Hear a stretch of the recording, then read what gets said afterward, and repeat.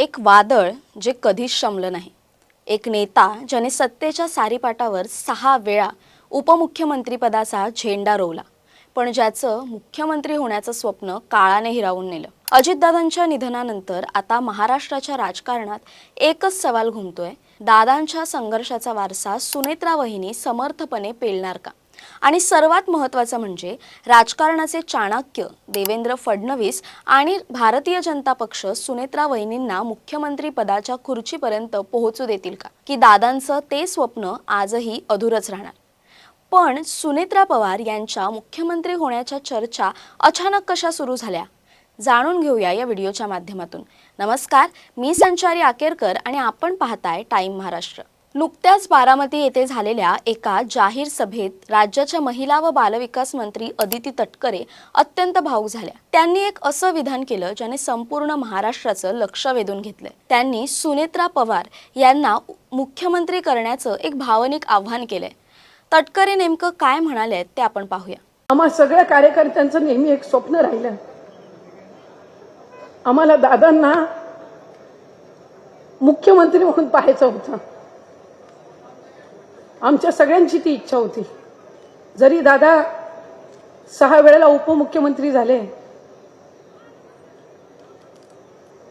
ते पद मुख्यमंत्री म्हणून जरी मिळालं नसेल तरी आम्ही त्याच पदावर त्याच खुर्चीवर दादांना नेहमी पाहत आलो.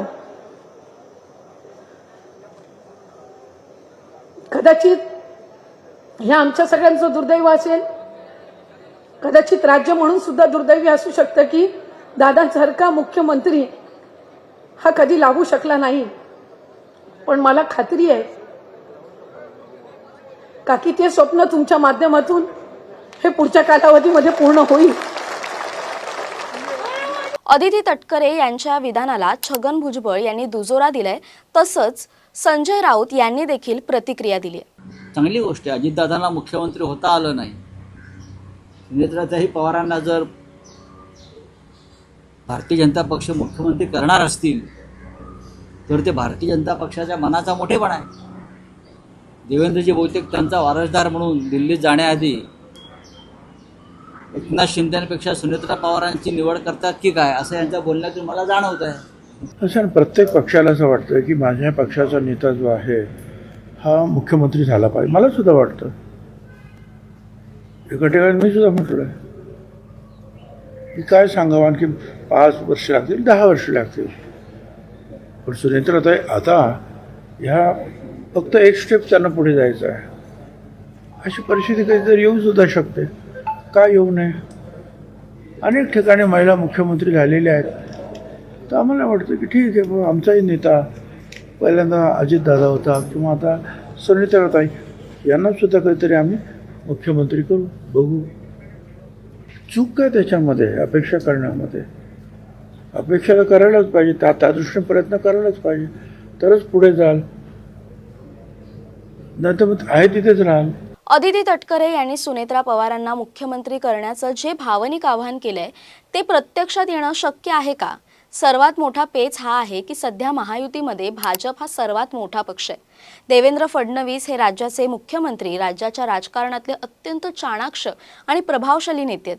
भाजप आपल्या हक्काचं मुख्यमंत्रीपद सुनेत्रा पवारांच्या झोळीत टाकेल का? अजितदादांच्या निधनानंतर आलेल्या सहानुभूतीच्या लाटेचा विचार करून आणि राष्ट्रवादीला सोबत ठेवण्यासाठी भाजप हा मोठा निर्णय घेऊ शकतो का, यावर आता खलबतं सुरू आहेत. सुनेत्रा पवारांनी नुकतीच उपमुख्यमंत्री पदाची शपथ घेऊन कारभार हाती घेतला असला तरी दादांचं मुख्यमंत्री पदाचं स्वप्न पूर्ण करण्यासाठी त्यांना भाजप आणि विशेषतः देवेंद्र फडणवीस यांची साथ मिळवावी लागेल.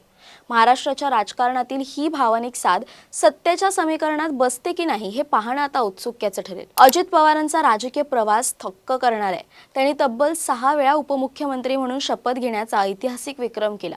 10 नोव्हेंबर 2010 रोजी त्यांनी पहिल्यांदा ही जबाबदारी स्वीकारली.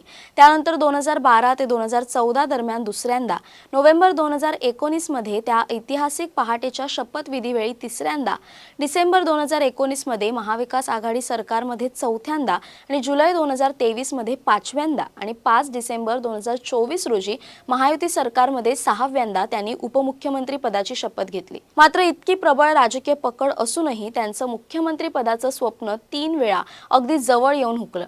2004 मध्ये राष्ट्रवादी मोठा पक्ष असतानाही संधी हुकली. 2019 मध्ये 80 तासांच्या सरकारमध्ये ते स्वप्न अधुरं राहिलं आणि 2023 मध्ये सत्तेत सहभागी होऊनही एकनाथ शिंदे यांचं मुख्यमंत्रीपद कायम राहिल्याने दादांना पुन्हा उपमुख्यमंत्री पदावरच समाधान मानावं लागलं. भाजप हा सध्या राज्यातील सर्वात मोठा पक्ष आहे, त्यामुळे देवेंद्र फडणवीस यांच्याकडे राज्याचं नेतृत्व करण्याची क्षमता आणि दिल्लीचा पाठिंबा आहे. अशा स्थितीत भाजप आपल्या मित्रपक्षाला मुख्यमंत्रीपद देईल का, हा सर्वात मोठा प्रश्न आहे. जर सुनेत्रा पवारांना मुख्यमंत्री करायचं असेल तर भाजपला स्वतःच्या महत्त्वाकांक्षेला मुरड घालावी लागेल. तसंच शिवसेनेचे शिंदे गटाचे आमदार आणि स्वतः एकनाथ शिंदे यांची भूमिकाही यात महत्त्वाची ठरेल. सत्तेच्या वाटाघाटीत 3 पक्षांमध्ये मुख्यमंत्री पदावरून नेहमीच रस्सीखेच राहिली आहे. त्यामुळे सुनेत्रा पवारांचा मार्ग वाटतो तितका सोपा नाही, पण राजकारणात अशक्य असं काहीच नसतं. पण अदिती तटकरे यांनी केलेली ही साध ही फक्त भावनिक साध आहे. त्यामुळे या त्यांच्या भावनिक आवाहनाचा विचार भाजपा करेल का, हा मोठा प्रश्न आहे. तुम्हाला काय वाटतं, अदिती तटकरेंची ही मागणी पूर्ण होईल का? सुनेत्रा पवार या उपमुख्यमंत्री पदावरून मुख्यमंत्री पदावरती जातील का? कमेंट करून नक्की कळवा. तसेच अशा नवनवीन व्हिडिओसाठी टाइम महाराष्ट्राला सबस्क्राईब करा. धन्यवाद.